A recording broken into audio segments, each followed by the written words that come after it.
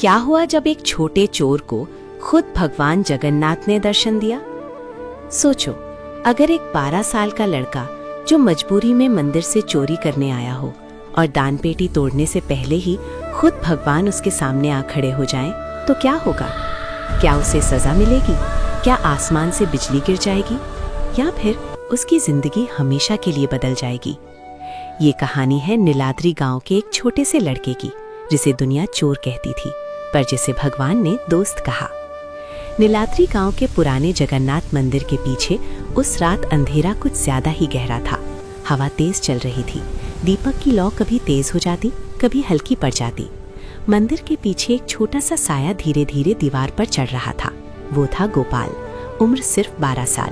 पैर में चप्पल नहीं, कपड़े पुराने और फटे हुए, पर आंखों में जो था वो चोरी का शौक नहीं, मजबूरी का दर्द था। गोपाल चोर पैदा नहीं हुआ था, उसे चोर बनाया था भूख ने। उसका बाप 3 महीने से बिस्तर पर पड़ा था। बुखार कम होने का नाम नहीं ले रहा था। घर में अनाज खत्म हो चुका था। गांव वाले पहले मदद करते थे, फिर धीरे धीरे सबने मुंह मोड़ लिया, और जब भी कुछ छोटा मोटा सामान गांव में गायब होता, सबसे पहला नाम आता गोपाल।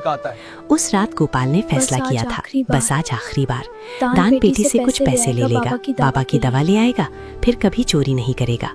वो खिड़की से अंदर घुसा। मंदिर में शांति थी। मूर्ति के सामने रुककर उसने धीरे से देखा।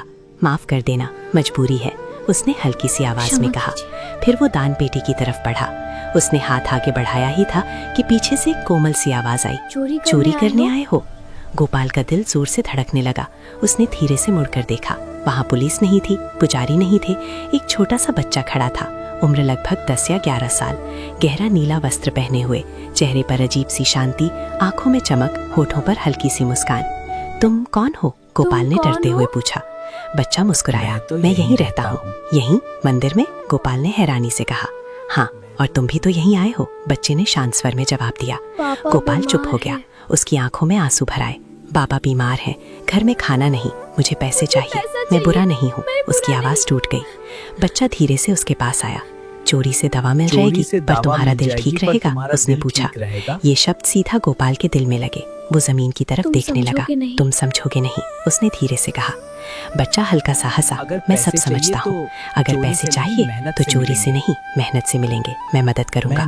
तुम? गोपाल हैरान था। हाँ, दोस्त हूँ तुम्हारा, बच्चे ने कहा। अगले दिन सुबह गोपाल मंदिर के दरवाजे पर खड़ा था। पुजारी जी ने उसे देखा तो पहले तो सख्त हो गए। क्या चाहिए? काम, कुछ भी काम, गोपाल ने सिर झुकाते हुए कहा। पुजारी ने उसे फूल सजाने का काम दे दिया। गोपाल ने दिल लगाकर फूल सजाए। मंदिर पहले से भी ज्यादा सुंदर लगने लगा। पुजारी जी ने उसे कुछ सिक्के दिए। कल फिर आना, उन्होंने कहा। गोपाल के चेहरे पर महीनों बाद सच्ची मुस्कान आई। उस रात वो फिर मंदिर गया। वही बच्चा उसका इंतजार कर रहा था। देखा, उसने मुस्कुराते हुए कहा। तुमने कैसे किया ये सब? गोपाल ने पूछा। बच्चा बस बोला, जहाँ विश्वास होता है वहाँ रास्ता मिल ही जाता है। दिन बीतने लगे। गोपाल रोज मंदिर में सेवा करता। धीरे धीरे लोग उस पर भरोसा करने लगे। पर एक दिन गांव में सूखा पड़ गया। खेत सूख गए। लोग परेशान हो गए। मंदिर में प्रार्थना होने लगी। गोपाल ने अपने दोस्त से पूछा, भगवान सुनते क्यों नहीं? बच्चा आसमान की तरफ देखकर बोला, कल सुबह देखना। उस रात बादल घने हो गए। बिजली चमकी। सुबह तेज बारिश हुई। गांव वाले खुशी से झूम उठे। जगन्नाथ ने सुन ली। सब कहने लगे। गोपाल ने अपने दोस्त की तरफ देखा। वो बस हल्की सी मुस्कान के साथ उसे देख रहा था।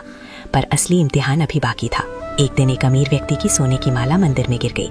जब माला नहीं मिली, सबकी नजर सीधा गोपाल पर गई। इसने चुराई होगी। लोग चिल्लाने लगे। गोपाल का दिल टूट गया। मैं नहीं, वो बार बार कह रहा था। बच्चा धीरे से उसके पास आया और बोला, सच पर टिके रहना, डरना मत। तलाशी हुई। गोपाल के पास कुछ नहीं मिला। थोड़ी देर बाद माला मंदिर के एक कोने में मिल गई। लोग शर्मिंदा हो गए, पर गोपाल के दिल पर लगी चोट गहरी थी। उस रात वो मंदिर में अकेला बैठा था। सब मुझे चोर ही समझेंगे, उसने आंसुओं के साथ कहा। तुम क्यों मेरे दोस्त बने? बच्चा उसके पास आया। क्योंकि मैं लोगों का बुरा नहीं देखता, मैं उनका दिल देखता हूँ, उसने शांत स्वर में कहा। तुम हो कौन? गोपाल ने फिर पूछा। बच्चा धीरे से मूर्ति की तरफ मुड़ गया। दीपक की लौ अचानक तेज हो गई। हवा का हल्का झोंका आया। मंदिर की घंटी अपने आप बजने लगी। मैं यहीं का हूँ, हमेशा से, बच्चे ने कहा। गोपाल का दिल जोर से धड़कने लगा। क्या उसका दोस्त सच में कोई आम बच्चा नहीं था? क्या वो खुद जगन्नाथ थे? और अगर हाँ, तो क्या ये दोस्ती यहीं खत्म हो जाएगी, या अब शुरू होगा गोपाल का सबसे बड़ा इम्तिहान? मंदिर की घंटी की आवाज धीरे धीरे शांत हो गई, पर गोपाल के दिल की धड़कन तेज होती जा रही थी। वो मूर्ति को देख रहा था, फिर उस जगह को जहां अभी कुछ पल पहले उसका दोस्त खड़ा था, पर अब वहां कोई नहीं था। तुम कौन हो? उसने धीरे से फिर कहा। कोई जवाब नहीं आया, बस दीपक की लौ सीधी होकर जलने लगी, जैसे हवा भी रुक गई हो। उस रात गोपाल घर लौट तो गया, लेकिन उसकी नींद उड़ चुकी थी। वो सोचता रहा, क्या सच में उसका दोस्त कोई आम बच्चा नहीं था, या फिर ये सब उसका वहम था। अगले दिन सुबह गांव में अफरा तफरी मच गई। पुजारी जी भागते हुए गोपाल के घर आए। मंदिर की दान पेटी टूट गई है, उन्होंने गुस्से में कहा। गोपाल का चेहरा सफेद पड़ गया, पर मैंने तो वो कुछ कह नहीं पाया। गांव वाले इकट्ठा हो गए, सबकी नजर फिर उस पर टिक गई। कल तक चोर था, आज सुधर गया, हमें बेवकूफ समझा है क्या? एक आदमी चिल्लाया। गोपाल का गला सूख गया। वो जानता था कि इस बार उसने कुछ नहीं किया, पर उसका अतीत उसके खिलाफ खड़ा था। उसने मंदिर की तरफ देखा, दिल ही दिल में बोला, अगर तुम सच में हो तो आज मेरी मदद करो। तभी भीड़ में से किसी ने कहा, कल रात मैंने मंदिर के पास किसी अनजान आदमी को देखा था। सब लोग इधर उधर देखने लगे। पुजारी जी ने फैसला किया, जब तक सच सामने नहीं आता गोपाल मंदिर नहीं आएगा। ये शब्द गोपाल के लिए सजा से कम नहीं थे। मंदिर, वही जगह जहां उसे सुकून मिलता था, जहां उसका दोस्त मिलता था। उस रात वो मंदिर के बाहर बैठ गया, अंदर नहीं जा सकता था। आंखों में आंसू लेकर उसने धीरे से कहा, तुमने कहा था दोस्त हो, फिर आज चुप क्यों हो? हवा का हल्का झोंका आया और उसने महसूस किया कोई उसके पास बैठ गया है। दोस्त कभी दूर नहीं जाते। वही कोमल आवाज सुनाई दी। गोपाल ने पलट कर देखा, वही बच्चा, आंखों में चमक, चेहरे पर शांति। सब मुझे फिर चोर समझ रहे हैं। गोपाल की आवाज भर आई। बच्चा धीरे से बोला, आज तुम्हारा सबसे बड़ा इम्तिहान है। सच्चा बदलाव तब माना जाता है जब झूठे इल्जाम में भी इंसान टूट न जाए। मैंने कुछ नहीं पर किया। मैंने नहीं किया, गोपाल ने है। कहा। मुझे पता है, बच्चा मुस्कुराया। पर क्या तुम्हें खुद पर विश्वास है? गोपाल चुप हो गया। अगले दिन गांव में पता चला कि एक बाहर का व्यक्ति पकड़ा गया है।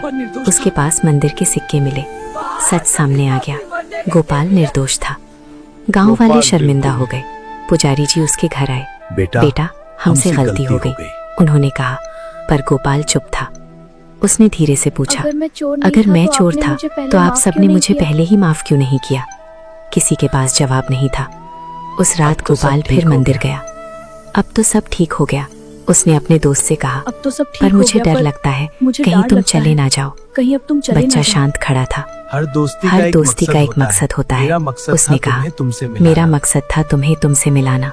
मतलब? गोपाल ने पूछा, तुम चोर नहीं मतलब? थे, बस भटक तुम गए चोर थे। नहीं थे, तुम बस भटक गए थे।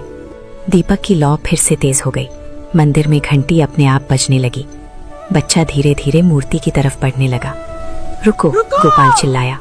अब तुम्हें मेरी जरूरत नहीं, बच्चे ने मुस्कुराते हुए कहा। अब तुम दूसरों के दोस्त बनोगे।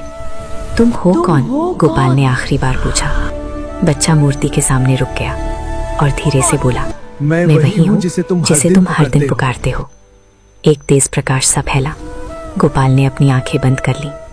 जब उसने आंखें खोली, वहां कोई बच्चा नहीं था, सिर्फ जगन्नाथ जी की मूर्ति थी, और मूर्ति के होठों पर वही मुस्कान जो उसने अपने दोस्त के चेहरे पर देखी थी। मूर्ति के पास एक छोटी सी नीली माला रखी थी। गोपाल के आंसू बहने लगे। दोस्त, उसने धीरे से कहा।